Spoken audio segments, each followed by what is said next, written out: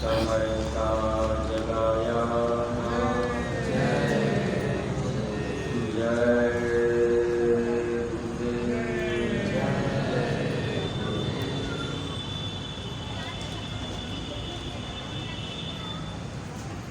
सब रूप में विराजमान परम पूज्य स्वामी जी महाराज, परम श्रद्धेय पूज्य महाराज जी के चरणों में कोटि कोटि नमन प्रणाम करते हुए संस्था के सभी वरिष्ठ पदाधिकारी सदस्यगण, सभी सत्संगी धर्म प्रेमी भाई बहनों को, सभी जिम्मेदार सेवादार प्रेमियों को सादर जय परमार्थी प्रेमी भाई बहनों, महापुरुष इस धरती पर आत्माओं के बादशाह होते हैं। जब जब महापुरुष इस धरती पर आए तो महात्मा हम आत्माओं को सुखी करने के लिए ऐसी दौलत महापुरुष हम जीवों को देने का प्रयास किए, जिस दौलत को पाकर हम सब लोगों के लिए राजपाट भी फीके होते हैं, लेकिन उस दौलत की कीमत और कदर कोई कोई कर पाता है। ज़्यादातर लोग वो नाम की दौलत पाने के बाद भी उस नाम की दौलत की कीमत नहीं कर पाते, क्योंकि हम सब लोग अज्ञानता भूल भ्रम में रहते हैं। इसी भूल भ्रम अज्ञानता में अपना ये समय व्यर्थ में हम लोग खो देते हैं। महात्मा हम जीवों को सुखी करना चाहते हैं, वैसे लोक और परलोक दोनों का सुख महापुरुष हम जीवों को देने के लिए आया करते हैं। एक बार एक महात्मा जी थे, ऐसे रास्ता पकड़ करके चले जा रहे थे। एक गांव, बड़ा गांव में कुछ गरीब लोग रहते थे। गरीब लोगों ने महात्मा जी से अर्ज किया कि महाराज हम लोग बड़े गरीब हैं, आप थोड़ी दया कृपा करके हमारी गरीबी को दूर कर दीजिए। देखिए परमार्थी प्रेमी भाई बहनों, महात्मा हम जीवों को लाभ देने के लिए आते हैं, लेकिन हम आप इन बातों को जल्दी समझने का प्रयास नहीं कर पाते। महात्मा जी वापस लौट गए, जिधर से आ रहे थे फिर घर की तरफ वापस जाने लगे। जब महात्मा जी वापस गए, एक नदी पड़ी। नदी में से महात्मा जी कुछ हीरे निकाल करके अब अपनी झोली में लेकर के महात्मा जी गांव में आ गए। महात्मा जी उस हीरे को गांव के लोगों को बांटने लगे। अब जो भी जितना चाहता था महात्मा जी सबको अपनी झोली से हीरे निकाल निकाल के दे दिए। महात्मा जी जब हीरे बांट करके वहाँ से आगे बढ़ गए, तब तक एक व्यक्ति आया। वह व्यक्ति कहने लगा, चलिए महात्मा जी आपको हीरे नहीं दिए हैं, ये तो शीशा है, कांच है, ये हीरा नहीं है। महात्मा जी ने आप लोगों को बता दिया। अब गांव के आदमी अब उस हीरे को परख तो पाए नहीं। गांव के लोगों ने क्या काम किया, हीरे को फेंक दिया। एक आदमी और उसको पता लगा कि फला गांव में महात्मा जी हीरा बांट रहे, तो वह भी भागा भागा उस गांव में आया। लोगों से पूछा कि भाई यहाँ कोई महात्मा जी हीरा बांट रहे थे गांव में, वो किधर चले गए। गांव के लोगों ने कहा जो महात्मा जी ने हम लोगों को बता दिया, उन्होंने हीरा नहीं दिया, ये तो कांच है, हम लोगों ने फेंक दिया। वह आदमी जब देखा कि ये तो सचमुच हीरे हैं, वह आदमी सब बीन बीन करके हीरे उठा लिया और उसकी कदर कीमत की।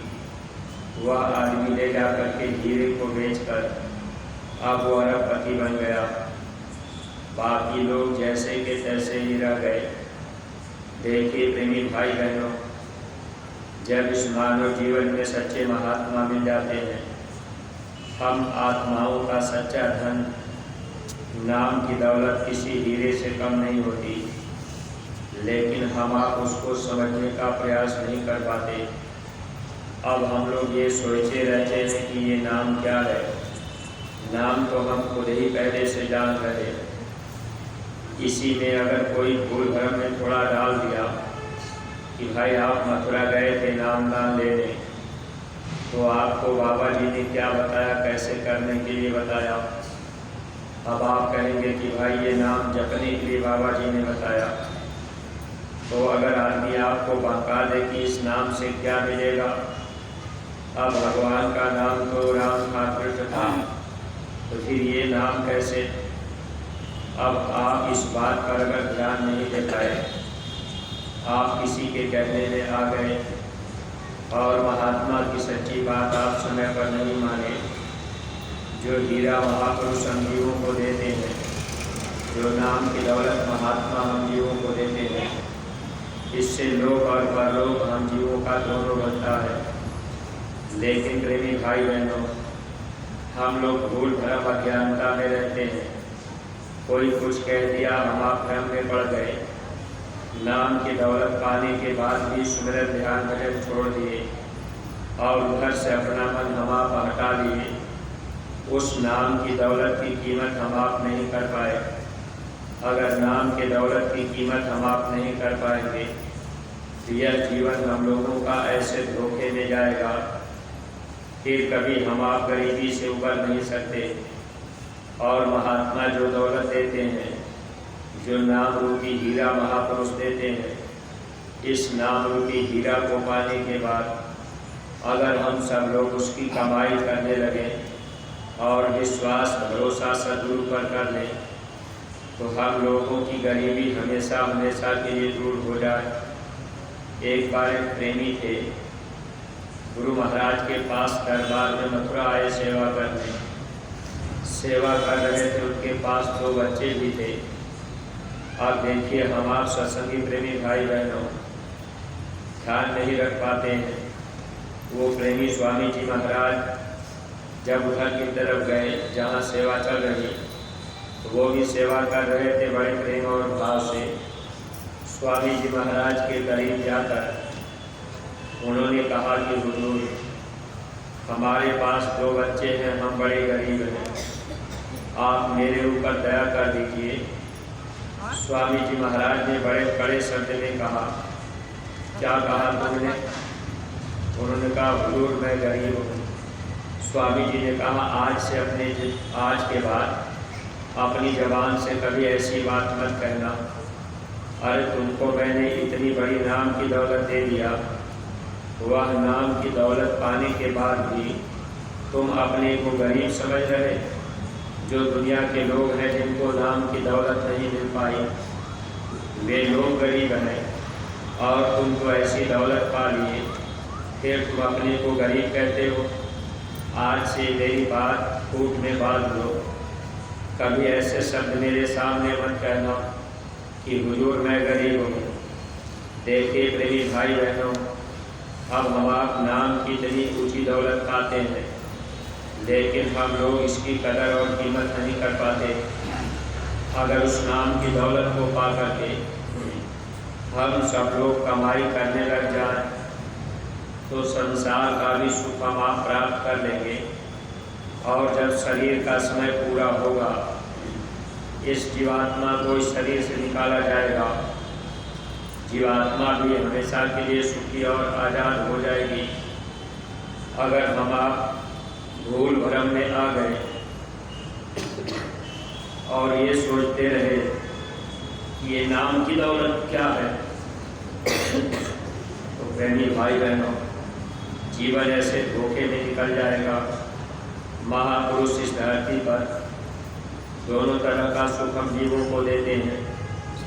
वही प्रेमी बाद में बताते हैं। स्वामी जी महाराज की दया कृपा से हमारे दोनों बच्चों की नौकरी भी लग गई, घर मकान भी अच्छा बन गया। अब किसी तरह की कोई दिक्कत परेशानी नहीं। देख परमार्थी प्रेमी बहनों, अगर हम सब लोग नाम की दौलत पा करके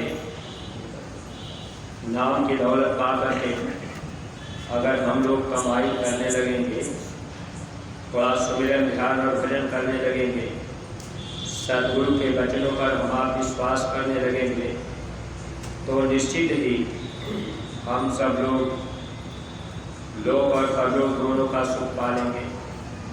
यानी जब तक शरीर में रहेंगे तब तक हम आप शरीर में रहते हुए भी अपने को सुखी समझेंगे, और जब ये शरीर छूट जाएगा, इस शरीर से जीवात्मा निकलेगी, तब भी हम लोग सुखी रहेंगे। यानी आत्मा जन्म मरण के पीड़ा में नहीं जा पाएगी। बशर्ते हम आप थोड़ा सा अपना ध्यान सद्गुरु के वचन की तरफ कर लें, ताकि ये मानव जीवन पाना हम लोगों का सार्थक बन जाए। अगर हम लोग इस मानव जीवन को पाकर, नाम की दौलत पाकर, अगर गुरु के बताए मार्ग पे नहीं चल पाए, किसी दुनिया में किसी आदमी के बहकावे में आकर, या कोई हम लोगों से कह दिया कि भाई आप ये जो नाम जपते हो इससे आपको लाभ नहीं मिलता है, अब आप भूल भरम में आ गए, फिर आप कहीं गुरु के पद से हट करके आप तीर्थ व्रत पूजा पाठ गंगा जमुना में भटक गए, या कहीं आप दूसरी जगह आने जाने लगे, तो जीवन धोखे में जाएगा। क्योंकि महात्मा नाम की दौलत दे करके हम जीवों को 84 और नरकों से बचा लेते हैं। जो नाम समय का जगाया होता है, वही नाम उस समय काम करता है, उसी नाम से जीवों का कल्याण होता है। इसलिए शंका कभी भी नहीं करनी चाहिए। अगर जय गुरुदेव नाम पर हम आप शंका कर जाएंगे, किसी के कहने से अगर हम आप पहुँच गए, तो निश्चित है कि हम आप धोखा खाएंगे। अब बहुत से प्रेमी भाई बहन एक बार एक सत्संगी नामदान गुरु महाराज से लिए, और नामदान के बाद अपने घर परिवार में कुछ दिन सुमिरन ध्यान भजन किए। संयोग से उनके जवान बेटे का समय पूरा हो गया, बेटा चला गया। अगल बगल के लोग कहने लगे कि देखिए, जब तक आप जय गुरुदेव की पूजा नहीं करते थे, आप राम की पूजा, देवी देवता की पूजा करते थे, तब तक आपका कुछ नुकसान नहीं हुआ था। लेकिन आप जय गुरुदेव की पूजा करने लगे, देखिए आपका जवान बेटा चला गया, तो आखिर क्या फ़ायदा? आपको प्रेमी का मन खराब हो गया कि भाई गुरु महाराज ने सही में मेरी मदद नहीं की। जबकि प्रेमी भाई बहनों, हम आप प्रारब्ध कर्म के विधान को जानते हैं। जो प्रारब्ध में लिखा होता है, जिसको जितने दिन के लिए समय मिला रहने का, वो उतने दिन तक ही रहेगा, उसके बाद बीच में साथ वो छोड़ ही देगा। क्योंकि ये संसार में जितना रिश्ता बना है, सब बीच में ही बनाया गया, और बीच में ये रिश्ता छूट भी जाता है। लेकिन अगर कोई भूल भरम में कुछ कह दे, फिर आप अगर इस पथ से हट गए, रास्ता छोड़ दिए, सुमिरन ध्यान और भजन छोड़ दिए, तो नुकसान अपना होगा। आप देखिए, कोई आपसे कहते कि भाई राम नाम में शक्ति है, जय गुरुदेव नाम में नहीं। अब इतने में आपका मन खराब अगर हो गया, आप नहीं समझ पाए, तो फिर धोखा खाएंगे। इसलिए स्वामी जी महाराज कहा करते थे कि जय गुरुदेव नाम की परीक्षा आप मुसीबत के समय में कर दीजिएगा।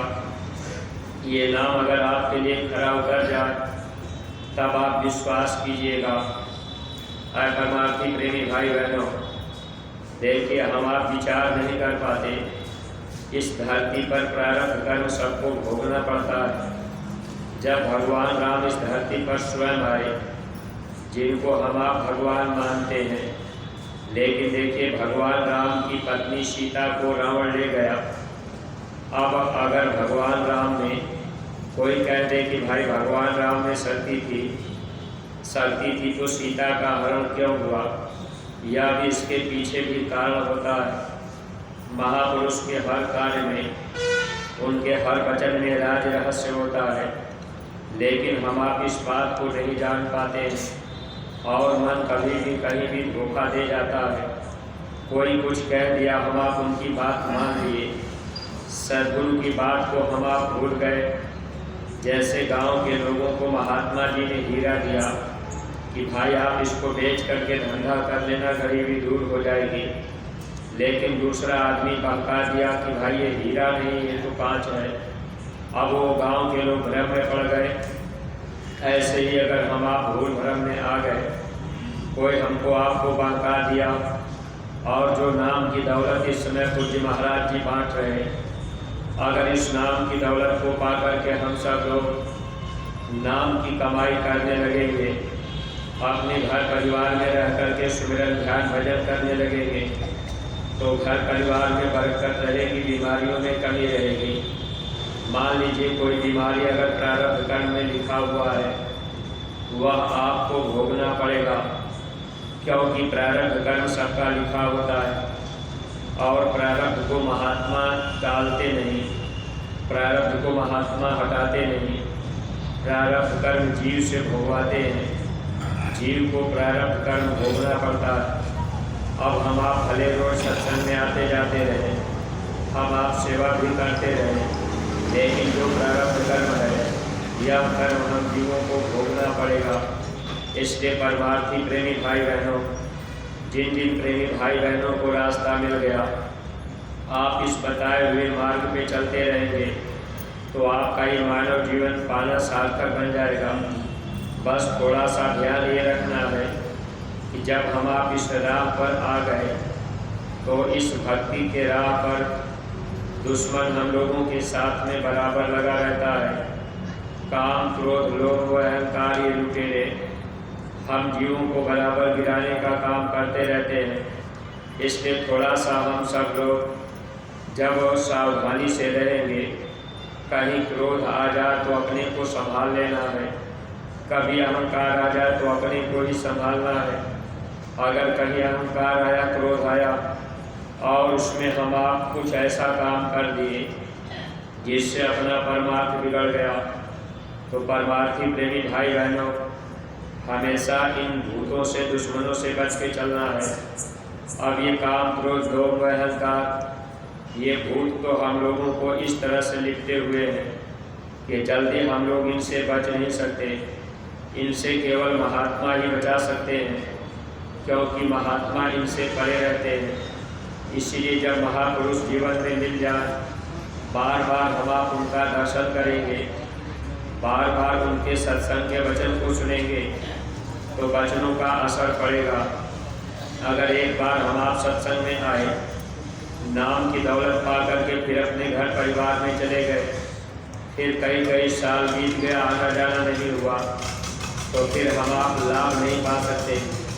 इसलिए परमार्थी प्रेमी भाई बहनों, महापुरुष काम, क्रोध, लोभ व अहंकार इन विकारों से परे होते हैं।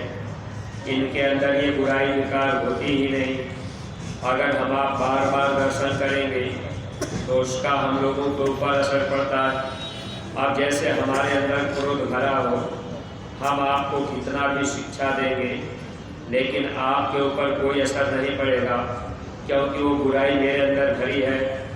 महात्मा इन बुराइयों से दूर रहते हैं। इसलिए महापुरुष का दर्शन बार बार करने से और उनके सत्संग को बार बार सुनने से धीरे धीरे बुराई विकार हम लोगों के भी ढीले होते हैं। इसलिए महात्माओं ने सत्संग के लिए, दर्शन के लिए हम जीवों को प्रेरित किया कि हे इंसान, जब जब आपको मौका मिल जाए आप सद्गुरु का दर्शन जल्दी जल्दी करते रहना।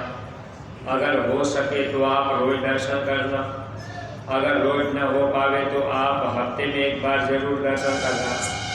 अगर हफ्ते में नहीं हो पाया तो एक पक्ष में एक बार, यानी 15 दिन में एक बार जरूर। अगर 15 दिन में भी नहीं कर पाए तो महीना में एक बार जरूर दर्शन कर लेना। और महात्माओं ने इतना तक हम प्रेमियों को समझाया अब हम आप प्रेमी भाई बहन थोड़ा समझने का अगर प्रयास करें, अगर हम आप दर्शन का लाभ लेते रहे, आते जाते रहे, तो दर्शन से भी जीवों के कर्मों की सफाई महात्मा करते रहते हैं और महात्मा हर समय हम जीवों को लाभ देने का काम करते हैं। जब जब इस धरती पर महापुरुष आए, लाभ देने का ही काम करते रहे। अब हम आप उनसे लाभ लेने के लिए जितना अधिक हम आप उनके वचन को मानेंगे, जितनी बार हम आप उनका दर्शन करेंगे, ऐसे धीरे धीरे विकारों से हम आप दूर होते जाएंगे। असर ऊपर पड़ता है। अगर हम लोगों के अंदर क्रोध भरा है, अब जब जब बार बार महात्मा का दर्शन करेंगे, आप खुद अनुभव आपको होगा। अगर आपके अंदर क्रोध उत्पन्न हो जाए, आप सद्गुरु के सामने जा कर के दर्शन करें, तो आपका क्रोध थोड़ा ढीला होगा। अहंकार किसी तरह का है तो अहंकार भी धीरे धीरे मूर्छित हो जाते हैं। इसलिए परमार्थी प्रेमी भाई बहनों, लाभ लेने का मौका तो हम लोगों को मिलता है और हम लोग बुराइयों से भरे हुए हैं। महात्मा हर तरह की बुराई से हम लोगों को दूर करना चाहते हैं। अब कोई बहुत बड़ा राजा महाराजा बादशाह ही क्यों न हो, बुराइयां तो उनके अंदर भी भरी रहती हैं। एक बार बादशाह भारत पर विजय प्राप्त करने के बाद जब अपने देश को वापस लौटने लगा, तो अपने सलाहकारों से कहा कि भाई हम भारत से लौट करके अपने देश चल रहे हैं, तो कोई ऐसी चीज़ बताइए जो भारत से हम लेते चले, जिससे यादगार बनी रहे। सलाहकारों ने सलाह दे दिया, कहा महाराज यहाँ से अगर कोई चिन्ह आपको ले चलना है तो एक फ़कीर साहब यहाँ रहते हैं, आप उन्हीं को लेते चलिए अपने देश। जब बादशाह फ़कीर साहब के पास पहुँचा, फ़कीर साहब से उसने अर्ज लगाई कि महाराज हम आपको अपने देश ले चलना चाहते हैं, हम आपको अच्छा खाना खिलाएंगे, अच्छा कपड़ा पहनाएंगे, आपको हम अच्छे मकान में रहेंगे। यहाँ तो आप ऐसे टूटी फूटी झोपड़ी में रहते हैं। तो उस समय फ़कीर साहब ने कहा, राजन हम तुम्हारे काबिल नहीं, तुम मेरे काबिल नहीं हो, मैं तेरे यहाँ नहीं जा सकता, नहीं रह सकता। अब उस समय बादशाह के अंदर क्रोध आ गया। बादशाह ने कहा कि आप मेरे यहाँ अगर नहीं चलोगे तो हम तुम्हारी सर कलम करवा देंगे। क्रोध में बादशाह जब ये बात कहा, तब फ़कीर साहब कहने लगे, तुम मेरे गुलाम के गुलाम हो, इसलिए मैं तेरे यहाँ नहीं जा सकता। अब राजा को ये बात आश्चर्य लग गई कि भाई ये बता रहे कि तुम मेरे गुलाम के गुलाम हो, तो मैं तो किसी का गुलाम हूँ नहीं, मैं तो राजा हूँ। अब राजा के अंदर अहंकार था, क्रोध था। अब राजा क्रोध में सोचने लगा कि आखिर फ़कीर ने ये बात कैसे कह दी। तो बादशाह ने कहा, महाराज आप हमको समझाइए, मैं आपके गुलाम का गुलाम कैसे बना हूँ। तब उस समय फ़कीर साहब कहने लगे कि देखो क्रोध और अहंकार ये मेरे गुलाम हैं, यानी महात्माओं के बस में सब कुछ रहता है। महात्माओं के अंदर क्रोध नहीं रहता, कभी क्रोध उत्पन्न होता भी नहीं, महात्मा उसको अपने बस में रखते हैं। फिर फ़कीर साहब ने कहा, राजन कि क्रोध और अहंकार ये मेरे गुलाम हैं, लेकिन तुम मेरे गुलाम के गुलाम हो, तुम क्रोध और अहंकार के गुलाम हो, तुम उनकी गुलामी कर रहे, तो मैं तेरे पास कैसे जा सकता हूँ। इतनी बात सुनते ही बादशाह शर्मिंदा हो गया। परमार्थी प्रेमी भाई बहनों, कोई बड़े बड़े राजा महाराजा भी बन जाए, अब कोई शेर साहूकार भी हो, लेकिन हम आप इसी काम क्रोध व अहंकार के गुलाम पड़े हैं। महात्मा हम जीवों से सेवा इसीलिए करवाते हैं ताकि हम जीवों के अंदर शील, क्षमा, संतोष, विरह और विवेक जाग जाए और धीरे धीरे क्रोध और लोभ खत्म होने लगे, धीरे धीरे अहंकार भी कमजोर पड़ने लगे। जब क्रोध भी खत्म होगा, अहंकार भी खत्म होगा, लोभ और मोह खत्म होगा, तब हम आप कहीं इस देश से अपने देश वापस जा सकते हैं। अगर हम लोगों के अंदर लोभ मोह भरा है, अहंकार भरा है, तो ऊपर के लोगों में काल की शक्तियाँ जीव को रोक लेती हैं। कहीं न कहीं ऐसे सामान लेकर, लुभावने दृश्य दिखा करके काल की शक्तियाँ हम जीवों को रोक लेती हैं। जैसे किसी आदमी के अंदर लोभ भरा है कि भाई हमको धन दौलत रुपया पैसा मिल जाए, आपकी कोई आदमी लोभ में है, खाने पीने के लालच में पड़ा, और ये सब चीज़ें हम लोगों के अंदर छोटी छोटी बातें भरी रहती हैं, हम आप इस पर विचार नहीं कर पाते। लेकिन जब हम आप इस देश से चलने की तैयारी करेंगे तो काल और माया की शक्तियाँ हम जीवों को गिराने के लिए जिस चीज़ की हमारी आपकी इच्छा रहती है वही चीज़ वो शक्तियाँ दे करके ऐसा जाल फैला देती हैं कि फिर हम आप यहाँ से जा ही नहीं सकते, फिर हम आप यही फंसे पड़े रह जाएंगे, निकलना बड़ा मुश्किल होगा।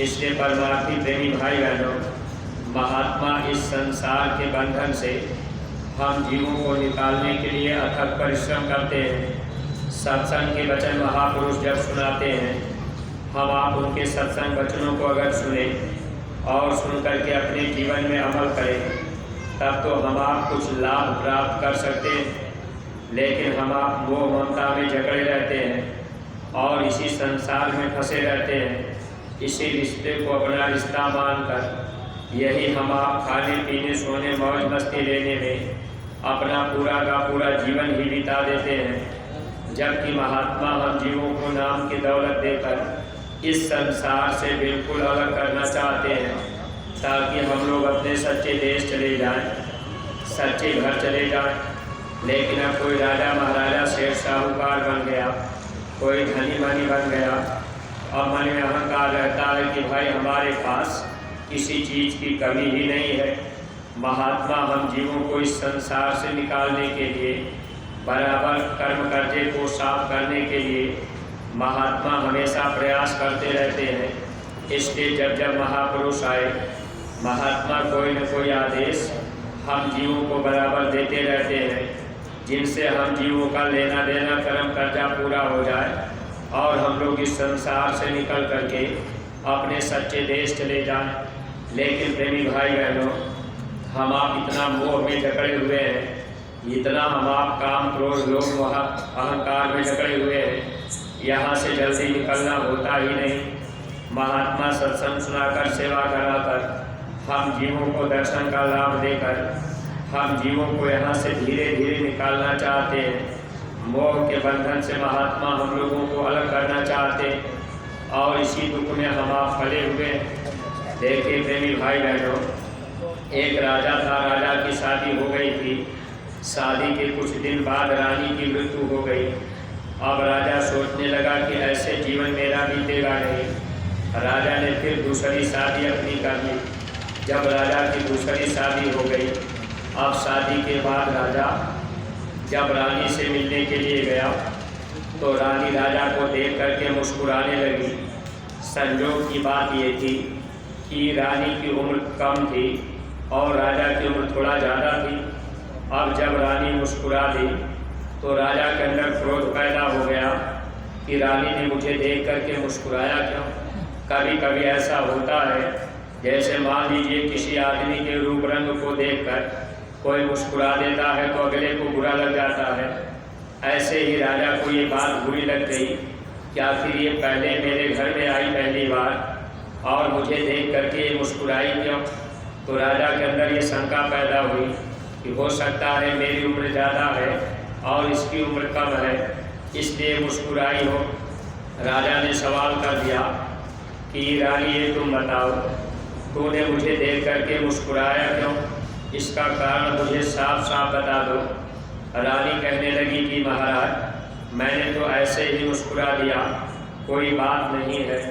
लेकिन राजा क्रोध में हो गए, बड़े कड़े स्वर में कहने लगे कि नहीं, तुमको जवाब देना पड़ेगा, तूने मुझे देख करके मुस्कुराई क्यों। अब रानी सोचने लगी कि राजा तो क्रोध में हो गए, राजा के अंदर हठ था, राजा हठी स्वभाव का। कभी कभी ऐसा देखा जाता है, कोई कोई प्रेमी बड़े हठी स्वभाव के होते हैं और हठ कोई अच्छी चीज़ नहीं होती, फिर भी हम आप जिद कर जाते हैं। परमार्थी प्रेमी भाई बहनों, हमेशा सद्गुरु की मौज में रहने पर हम जीवों का काम बनेगा। अब राजा हट कर गए कि रानी तुझे बताना ही पड़ेगा, आखिर तुम मुस्कुराई क्यों। अब उस समय रानी कहने लगी कि ठीक है महाराज, अगर आप जानना चाहते हैं तो मेरी बात ध्यान से सुनिए। रानी जो थी वो साधक थी, अब उनके अंदर साधना था। कुछ पिछले जन्मों के कर्म भी रानी को याद रहे, क्योंकि साधना करने वाले जीव, जो जीव साधन करते हैं, अगर आप साधना करें और अंतर की दृष्टि खुले तो आप अपने पिछले जन्म के कर्म को भी देख लेंगे। पिछले जन्म में हम आप कहाँ थे, किस परिवार में रहते थे, किससे हमारा कौन सा रिश्ता था, ये सब जानकारी धीरे धीरे जब हम आप साधना करेंगे, दृष्टि खुलेगी तो हम आप जान सकते हैं। रानी थोड़ी साधक थी, अब रानी को पूरा ज्ञान था। रानी राजा से कहने लगी, महाराज मेरे हंसने का एक मूल कारण है, आप वो समझ लीजिए। आपका हमारा प्रेम कई जन्मों से चल रहा है और ये प्रेम बहुत गाढ़ा है। अब रानी बताई, एक बार हम और आप दोनों भाई बहन के रिश्ते में थे। आप मेरे बड़े भाई थे, मैं आपकी बहन थी। भाई बहन के नाते आप हमसे बहुत प्रेम रखते थे और मैं भी आपसे प्रेम रखती थी। इस तरह का रिश्ता हमारा आपका एक जन्म तक चला था। फिर रानी बताने लगी कि महाराज एक जन्म हमारा आपका ऐसा भी हुआ कि आपकी मैं बेटी बन गई और आप मेरे पिता बने। उस समय भी आपने मुझे खूब प्रेम प्यार दिया था। पिता होने के नाते यह रिश्ता भी हम और आप उस समय भी बड़े प्रेम प्यार से निभाते रहे। देखिए प्रेमी भाई बहनों, इस संसार में जितने रिश्ते हैं, ये रिश्ते कर्मानुसार बनते हैं और जैसा जिसका स्वभाव होता है, जहाँ जिसकी आशा लगी होती है, वहाँ जीव को जन्म भी मिलता है। और किसी की आशा कहीं लग गई तो वहाँ उस जीव को जन्म मिलता है। अब रानी बताने लगी कि महाराज जब आप मेरे पिता थे, मैं आपकी बेटी थी, उस समय भी आपने मुझे बहुत प्रेम दिया था। लेकिन राजन, एक जन्म हमारा आपका ऐसा भी हुआ कि मैं आपकी माँ बनी और आप मेरे बेटे बने। इस तरह से रिश्ता हमारा आपका एक जन्म तक चला और उसमें भी आपने हमसे बहुत प्रेम किया। माँ के नाते आप हमसे बहुत प्रेम करते थे। ऐसे 3 जन्म तो रिश्ते चले गए। अब एक जन्म ऐसा हुआ है कि अब आप मेरे पति बन गए, मैं आपकी पत्नी बन गई। ये बात सोच करके मुझे हंसी आई, मेरे अंदर मुस्कुराहट आ गई कि विधि का कैसा विधान है कि ये रिश्ते नाते कितने जन्मों जन्म तक चलते रहते हैं। ऐ प्रेमी भाई बहनों, हम आप इस संसार में इसी कर्म के रिश्ते में फंसे हुए हैं। अब यहाँ कोई कभी पति बना, कभी पत्नी बनी, कभी बाप बेटी का रिश्ता हुआ, कभी बेटी और भाई का रिश्ता हुआ, भाई बहन का रिश्ता हुआ। इस तरह से इस संसार में हम आप जन्मते मरते कितने जीवन गुजार देते हैं। लेकिन सौभाग्य हम लोगों का ये हुआ कि अब की बार हम लोगों को सद्गुरु मिल गए और गुरु महाराज के मिल जाने के बाद देखिए महापुरुष हम जीवों के कर्मों को साफ करने के लिए हमेशा प्रयास करते रहते हैं, लेकिन हम लोग उनके वचनों पर ध्यान नहीं दे पाते। अब हमारा आपका कितना रिश्ता कितने जन्मों तक चलता, हमको आपको कितनी बार कहाँ जन्म लेना पड़ता, किस घर में जाना पड़ता, कहीं बेटी बन करके, कहीं बेटा बन करके, कहीं पति बन करके, कहीं पत्नी बन करके, ऐसे रिश्ता संसार में निभाना पड़ता। लेकिन स्वामी जी महाराज ने एक वचन जो हम प्रेमियों के लिए कहा है, गुरु महाराज ने कहा है, बच्चा पहले जो भी महात्मा आए 4 जन्म में भक्ति पूरी कराए। प्रथम जन्म गुरु भक्ति की, 9 जन्म दूसरे नाम, तीसरे जन्म में मुक्ति पद, चौथे में निज धाम। 4 जन्म लग जाते थे जीव को निघर पहुँचाने में। स्वामी जी महाराज ने कहा, अगर आप लोग मेरी बात मानोगे तो 4 जन्म की भक्ति मैं 1 जन्म में पूरी करा दूंगा। सत्संगी प्रेमी भाई बहनों, यह हम लोगों का सौभाग्य है कि गुरु महाराज 4 जन्म की भक्ति 1 ही जन्म में पूरी कराने के लिए तैयार हैं। अब बशर्ते हम आप अगर तैयार हो जाए, महापुरुष के वचन को अगर हम आप मान लें, नाम की दौलत मिल गए, सुमिरन ध्यान भजन करने लगे और जो आदेश बाहर से मिले उसका हम आप पालन करने लगे। जो आदेश गुरु महाराज ने हम प्रेमियों को हित के लिए दिया, पूज्य महाराज जी ने कहा है कि प्रत्येक सत्संगी एक एक गांव को गोद दे लें और उस गांव में गुरु महाराज के वचन वाणियों की पुस्तक बांट दें। उस गांव में जा करके घर घर लोगों को समझावें। अब उस गांव में कितनी बार हमको आपको जन्म देना पड़ता, किस घर परिवार में बेटी बेटा बन करके या पति बन करके पत्नी बन करके जन्म देना होता, कर्म कर्जा चुकाना होता। लेकिन अगर एक काम हम आप कर गए, गांव गोद ले लिए, उस गांव में गुरु महाराज का संदेश घर घर पहुंचा दिए और कोई हमसे आपसे बड़ा है तो हम आप उसको बाबूजी कह करके, अब माताएं बहनें बड़ी हैं तो उनको माता जी कह करके, अगर हम आप सम्मान सूचक शब्दों का प्रयोग करके उनके घर जाते और गुरु महाराज की बातें बताते, लेना देना भी महात्मा पूरा करा देते, जन्मना मरना भी हमारा आपका छूट जाता। लेकिन है परमार्थी प्रेमी भाई बहनों, हम आप महापुरुष के वचन की तरफ ध्यान ही नहीं दे पाते।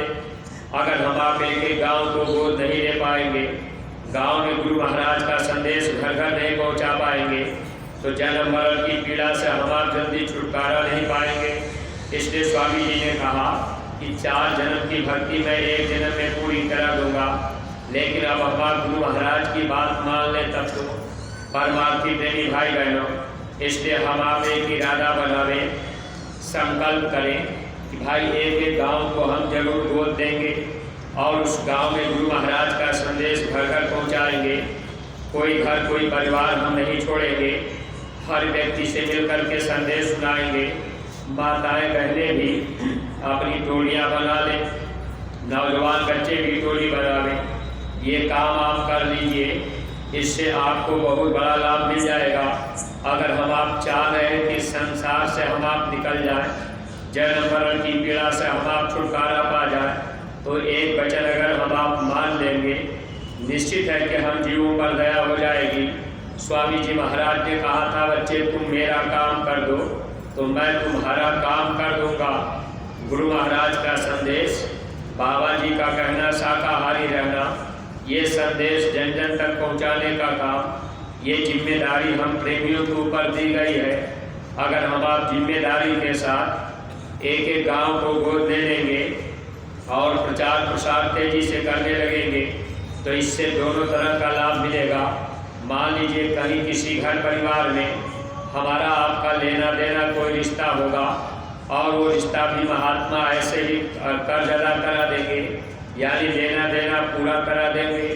अगर हम आप ये काम नहीं कर पाए तो परमार्थी प्रेमी भाई बहनों, फिर कहीं हमको आपको अगर जन्म देना पड़ा तो फिर नरको 84 की पीड़ा में भी जाना पड़ सकता, क्योंकि नामदान ले लिए।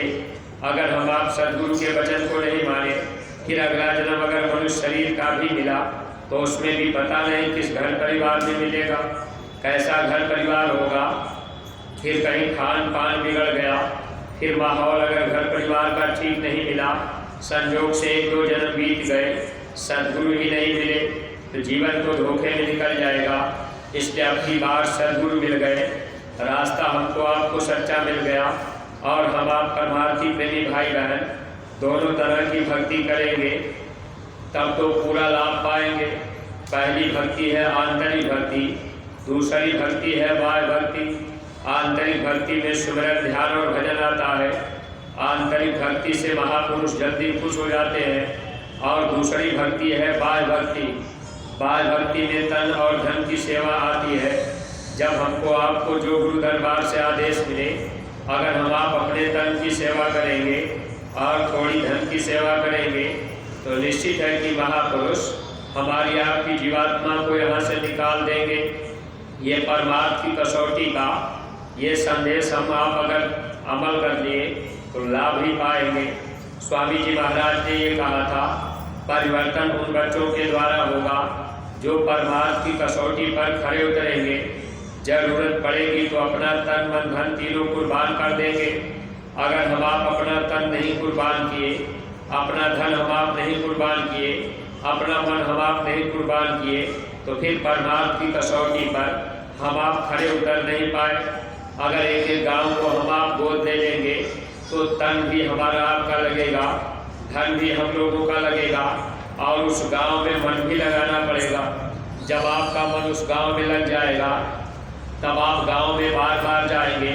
अगर आपका मन उस गांव में नहीं लगा, आपने गांव गोद ले लिया, एक बार आपने पुस्तक बांट दी और दोबारा आप गए ही नहीं, वह परमार्थी प्रेमी भाई बहनों, तन मन धन तीनों की कुर्बानी हम प्रेमी भाई बहनों को देनी पड़ेगी। एक मौका हम लोगों को दिया गया है, अगर हम आप लाभ उठा लेंगे तो जस मिल जाएगा। जैसे भगवान कृष्ण ने गोवर्धन पर्वत को ऊपर उठा लिया, उंगली पर ग्वाल वालों ने केवल ऐसे डंडा लकड़ी खड़ा कर दिया, कोई हाथ ऊपर उठा दिया तो उनका इतिहास बन गया। ऐसे ही हमारा आपका इतिहास के पन्नों में नाम होगा, हम लोगों का काम भी होगा। लेकिन हम आप गुरु महाराज के काम को निमित्त मात्र करने के लिए तैयार तो हो जाए। अगर हम लोग एक एक गाँव को गोद लें और गाँव में संदेश पहुँचावे, बराबर उस गांव में आना जाना करें, नए लोगों को तैयार करके मथुरा गुरु दरबार में ले आवे और अपने को धीर बन करके, छोटा बन करके इस परमार्थी राह पर अगर हम आप चलते रहेंगे तो परमार्थी प्रेमी भाई बहनों, निश्चित है कि लोक और परलोक हम लोगों का बन जाएगा। हम आप गुरु दरबार में इसीलिए तो पढ़े कि भाई हमारा काम किसी तरह से हो जाए, ये संसार का काम नहीं, बस आत्मा के काम के लिए, आत्मा के कल्याण के लिए हम आप सद्गुरु के करीब आए। जो भी सेवा भक्ति करने का मौका मिला है, इसमें हम परमार्थी प्रेमी भाई बहन अपना निशाना आत्म कल्याण की तरफ रख करके अगर सेवा भक्ति करते चलेंगे तो लोक और परलोक दोनों का लाभ मिल जाएगा।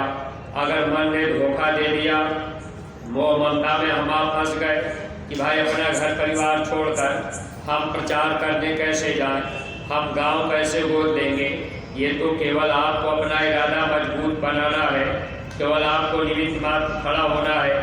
आपको ये कहने का मौका मिल जाए कि हमने गांव गोद लिया है और आप गांव गोद ले लेंगे। आप जो है अपने ब्लॉकों में लिखवा दीजिए कि फला गांव को मैंने गोद ले लिया और उस गांव में आप बीच बीच में आते जाते रहेंगे। धीरे धीरे गांव के लोगों को भी जानकारी हो जाएगी कि भाई ये गांव में हमारे यहाँ हर हफ्ते में आते हैं। लोगों का प्रेम धीरे धीरे आपसे बढ़ने लगेगा, कोई न कोई आपसे बातचीत करेगा। भाई आपने गांव गोद क्यों लिया है, तो आपको बताने का अच्छा मौका है कि आगे समय बड़ा दुखमय आ रहा। हमारे गुरु महाराज ने लोगों से शाकाहारी सदाचारी बनने की अपील की है और ये संदेश गुरु महाराज ने कहा था कि घर घर पहुंचा देना, ताकि कोई व्यक्ति ये न कहने पावे कि हम जय गुरुदेव नाम नहीं जानते थे, ये भगवान का समय का जगाया नाम है। और बाबा जी का कहना शाकाहारी रहना, ये भी मैं नहीं जानता था। आज के समय में बहुत से ऐसे लोग हैं जो लोग ये नहीं जानते कि मांस मछली अंडा शराब खाना पीना बुरा काम है। जब हम आप गाँव गोद ले करके गाँव के लोगों को बताएंगे, समझाएंगे कि भाई ये बुरा कर्म है, इसकी सज़ा भोगनी पड़ेगी, अच्छा बुरा जो भी करेंगे उसकी सज़ा मिलेगी। तो जब हम आप गाँव में लोगों को बताएंगे, धीरे धीरे जानकारी हो जाएगी, बच्चों के विचार भी बदलने लगेंगे। परमार्थी प्रेमी भाई बहनों, इसी के साथ में हम लोगों का भी काम बन जाएगा। अगर हम आप इस काम को करने में ढीले ढाले रह गए तो निश्चित है कि हम आप सतयुग के सच्चे सिपाही नहीं बन पाएंगे। देखिए, कोई मिलिट्री फोर्स की नौकरी करता है, अगर कमांडर ने एक आवाज़ लगा दिया, उस समय तैनात सेना तैनात हो जाती है। जहां आदेश मिल जाता है उसमें वो अपने जान की परवाह नहीं करते, कूद जाते हैं। अगर हम आप उसी मिलिट्री फोर्स की तरह तैयार रहेंगे और जो भी आदेश पूज्य महाराज जी का मिलेगा उस पर अपने तन मन धन की कुर्बानी हम आप रखेंगे तो हम लोगों का काम जरूर बनेगा। अगर हम आप ढीले ढाले रह गए, वचन पे ध्यान नहीं दे पाए, गांव गोद नहीं ले पाए, प्रचार प्रसार नहीं कर पाए और हम आप ये सोचेंगे कि मुसीबत के समय में गुरु महाराज की दया मिल जाए तो हम आप दया से खाली रह जाएंगे। फिर कुदरत ऐसा डंडा चलाएगा, उसमें हम लोगों का भी नुकसान होगा। इसलिए परमार्थी प्रेमी भाई बहनों, बचने का एक मौका है। धर्म के काम में हम सब लोग अपना तन लगा दें, धन लगा दें और मन को भी लगा दें, ताकि ये जीवन हम लोगों का सार्थक बन जाए। मौका हम लोगों को मिला हुआ है, हम आप चाहे तो लोग परलोक का लाभ उठा लें और ये कमाई हम लोगों के काम में आ जाएगी। इसलिए सत्संगी प्रेमी भाई बहनों, महाराज जी के वचनों को अपने जीवन में अगर हम आप अमल करेंगे और जन जन तक संदेश पहुंचा देंगे, गांव गोद दे करके अगर हम आप महाराज जी के पास नए लोगों को ले आएंगे, तो ये मौका हमको आपको मिल रहा है कि भाई हमने ये गांव गोद दिया, 10 लोगों को हम नए लोगों को ले आए, उनको भी रास्ता मिल जाएगा, तो उनका भी जन्म सफल और उसी के साथ में हम लोगों को भी लोग परलोक का लाभ मिल जाएगा। तो परमार्थी प्रेमी भाई बहनों, इन्हीं शब्दों के साथ हम अपनी वाणी को यहीं पर विराम दे रहे। अगर कोई बात अटपटी लग गई हो तो आप लोग छोटा भाई समझकर क्षमा कीजिएगा। सब लोग प्रेम के साथ मालिक के पावन नाम का उच्चारण करेंगे। जय गुरुदेव, जय गुरुदेव, जय गुरुदेव। नाम किसका? प्रभु का, प्रभु का पावन नाम। जय गुरुदेव। बाबा जय गुरुदेव जी महाराज का कहना है शाकाहारी रहना है। बाबा जय गुरुदेव जी महाराज की अर्जी है, आगे आपकी मर्जी है। पूज्य महाराज जी की प्रार्थना है, हाथ जोड़कर विनय हमारा